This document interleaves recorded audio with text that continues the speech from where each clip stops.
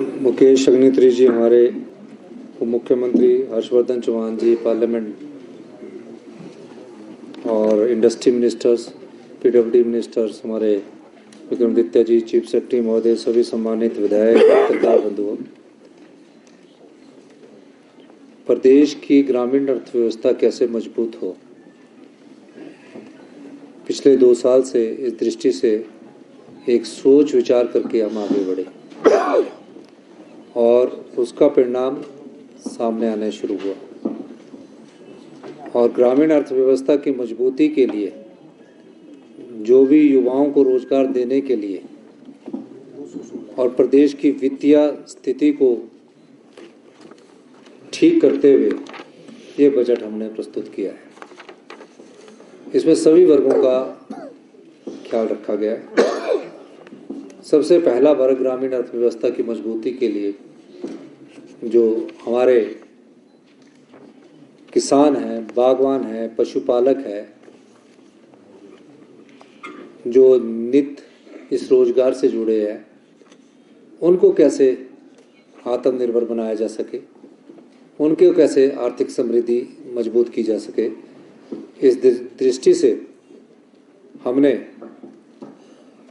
उन बिंदुओं को चिन्हित किया जिन बिंदुओं के सहारे वो अपना जीवन यापन करते हैं। पहला बिंदु पशुपालन से संबंधित था।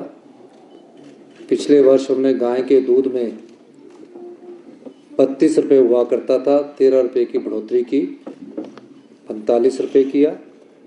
और भैंस का दूध जो 45-47 रुपये होता था उसको बढ़ाकर हमने 55 रुपये किया। आपने देखा होगा कि कोई योजना 1 साल के लिए नहीं लाई जाती है, उसकी रूपरेखा, उसका स्वरूप आपके दिमाग में बना होता है। और मेरे पास ग्रामीण अर्थव्यवस्था का स्वरूप बना हुआ है जो हमने अनुभव किया अपने जीवन में। उस अनुभव के माध्यम से हम इस क्षेत्र में महत्वपूर्ण बदलाव लाने की कोशिश कर रहे हैं।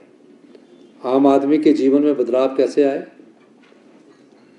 कैसे उसकी आर्थिक स्थिति मजबूत हो, इस दृष्टि से भी हमें कार्य करने की जरूरत है। और मैं आपको ये आश्वासन देना चाहता हूँ हिमाचल की जनता को कि आने वाले समय में ये ग्रामीण अर्थव्यवस्था और तेजी से आगे बढ़ेगी। अभी हमने जो बजट प्रस्तुत किया उसमें पैसे का एलोकेशन भी कर दिया गया है और उसमें जो हमने गाय के दूध है उसको हमने 6 रुपये बढ़ाकर 45 रुपये से बढ़ाकर 51 रुपये किया है।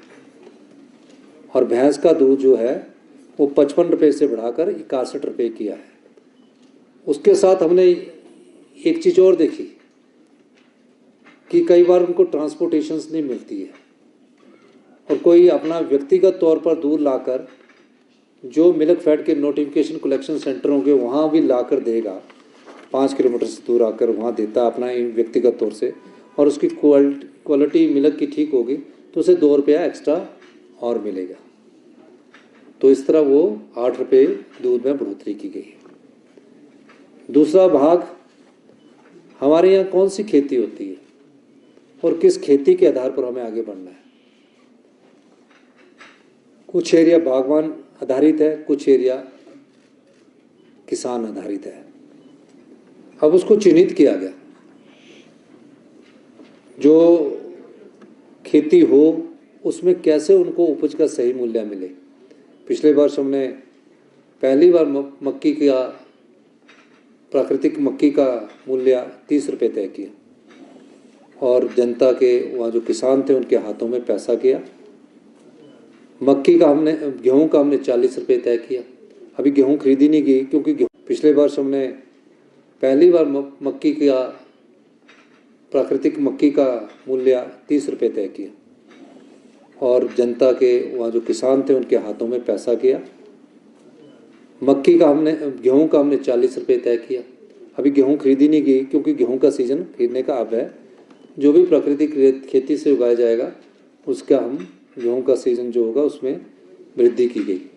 इस बार हमने कहा कि मक्की का जो मूल्य है प्राकृतिक खेती से उगाई मक्की का, वो 40 रुपये सरकार खरीदेगी और 60 रुपये जो गेहूँ वो सरकार खरीदेगी। इसके बाद हमने एक चीज़ देखी कि लोगों ने खेती करना छोड़ दिया है। उसका मूल कारण बंदरों द्वारा फसलों को उजाड़ना है, नील गाय सूरों द्वारा फसलों को उजाड़ना है। तो हमने कहा कि कोई ऐसी उपज ढूंढी जाए जो किसान लगाए और किसान को उसकी आय हो। इस तरह से हमने पाया कि टर्मरिक जो है, हल्दी जो है, अगर उसको लगाते हैं तो उसको बंदर नहीं खाता है। जब अंकुर फूटता है तो बंदर उसको निकाल के, कई बार मक्की के अंकुर को फूट कर निकाल के खा लेता है। और हमने ये पाया कि 9 महीने में हल्दी तैयार होती है। उसे 90 रुपये 90 रुपीस प्रति किलो के हिसाब से हिमाचल प्रदेश की सरकार खरीदेगी और तकरीबन 9 महीने बाद जब किसी के पास 10 क्विंटल मक्की होगी, उसकी जेब में 1 लाख रुपया होगा। उस मक्की के साथ अगर वो गेहूँ भी पैदा करता है, अगर 10 क्विंटल गेहूँ होगी तो 60,000 रुपया उसको मिलेगा और उसके साथ 40 मक्की भी पैदा करता है, 40,000 रुपया भी उसको मिलेगा। तो एक गांव के किसान के पास जो कार्य करेगा तो उसको 1 साल में 2 से 2.5 लाख रुपया आराम से आय हो सकती है। हल्दी को उगा के उसको ज़्यादा देखभाल नहीं करनी, पर सरकार खरीदेगी। उसके अलावा इन खेतों को बचाना है हमने। तो आपने देखा कि हमने मुख्यमंत्री संरक्षण योजना लाई है कि नील गाय ना घुस सके तो उसमें जालीदार सोलर ऊर्जा और नुकीली तारों का इस्तेमाल के लिए हमने बजट में प्रावधान किया गया। 1 साल बाद आप इनकी स्थिति में बदलाव देखोगे। जब हमने दूध का रेट बढ़ाया तो आनी, रामपुर, रोडू में वो बदलाव हमें देखने को मिला। अब हमें एक साथ दूध का रेट हम पहले अगर बढ़ाएं तो उसके लिए हमें इंफ्रास्ट्रक्चर की ज़रूरत है। तो इंफ्रास्ट्रक्चर बनाने के लिए भी हमने ढगवार का काम शुरू कर दिया, जो अगले मार्च में बनकर तैयार हो जाएगा। तो इस दृष्टि से खेती को कैसे मजबूत किया जाए और गांव में रहने वाले किसान और आम आदमी जो खेती पर निर्भर है, उसकी जेब में कैसे पैसा डाला जाए, ये दृष्टिकोण रखा गया। तो सब जानते हैं, तो आप चिंता ना करिए। अगले फाइनेंशियल ईयर में सर, क्योंकि फाइनेंस सेक्रेटरी को एक सपोर्ट तो रहता ही है, अगर आगे लोग। मैं आपकी बात का जवाब दे देता हूँ, आप क्यों कंफ्यूजन हो रही है? आप जो पूछना चाहते हो उसी को बता रहा हूँ। मैं फाइनेंस मिनिस्टर भी हूँ और फाइनेंस मिनिस्टर होने के बाद जो सुधार हुए फाइनेंस मिनिस्टर के द्वारा इंगित किए जाते हैं, चर्चा होती है कैसे आगे बढ़ना है, उस चीज़ों को सबका समाधान रखा है। आपको एक और चीज़ बता दूं कि आने वाले समय में और स्पीडअप काम होंगे। कैपिटल एक्सपेंडिचर अभी 31 मार्च को ख़त्म होना है, इसमें अभी आंकलन किया गया है कितना कम रह सकता है, लेकिन मेरे को लगता है कि पिछले वर्ष की तुलना में और पिछले वर्ष की तुलना में हमारा कैपिटल एक्सपेंडिचर अच्छा ज़्यादा हुआ है, अभी और तेज़ होगा। नीतिगत बदलाव हो रहे हैं और जो फाइनेंस है इसमें कोई दो राय नहीं जो आप कह रहे हैं कि हमारी स्थिति ठीक नहीं। हमें तो अगली जो चुनौती है उसके लिए हमने परिवर्तन किया है और मैं चाहूँगा कि आप हमारे परिवर्तन के साथ देखें कि हम कहाँ से रेवेन्यू जनरेट कर रहे हैं। अभी आने वाले समय में वही कहा कि जो गैप है इसको भरने के लिए हमारे कई नीतिगत नियम और कानून में बदलाव होगा और हमारे पास रेवेन्यू आएगा। और यूपीएस में जो आपने बात कही सर, 1 लाख यूपीएस नहीं कही बनी है, नहीं जो कि केंद्र से या कहीं से भी मतलब दबाव है कि वो आप वो राजनीतिक तौर पर चर्चा विचार विमर्श के बाद आगे देखा जाता है। इसलिए आप सब लोगों को और किसी ने पूछना है?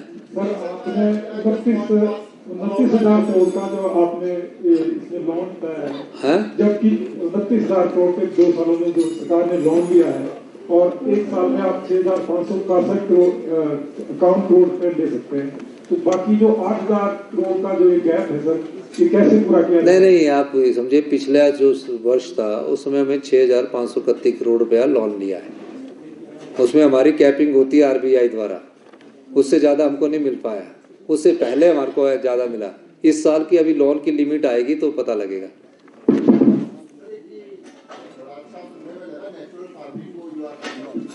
सुनने में नहीं लगा, प्रैक्टिकल में है।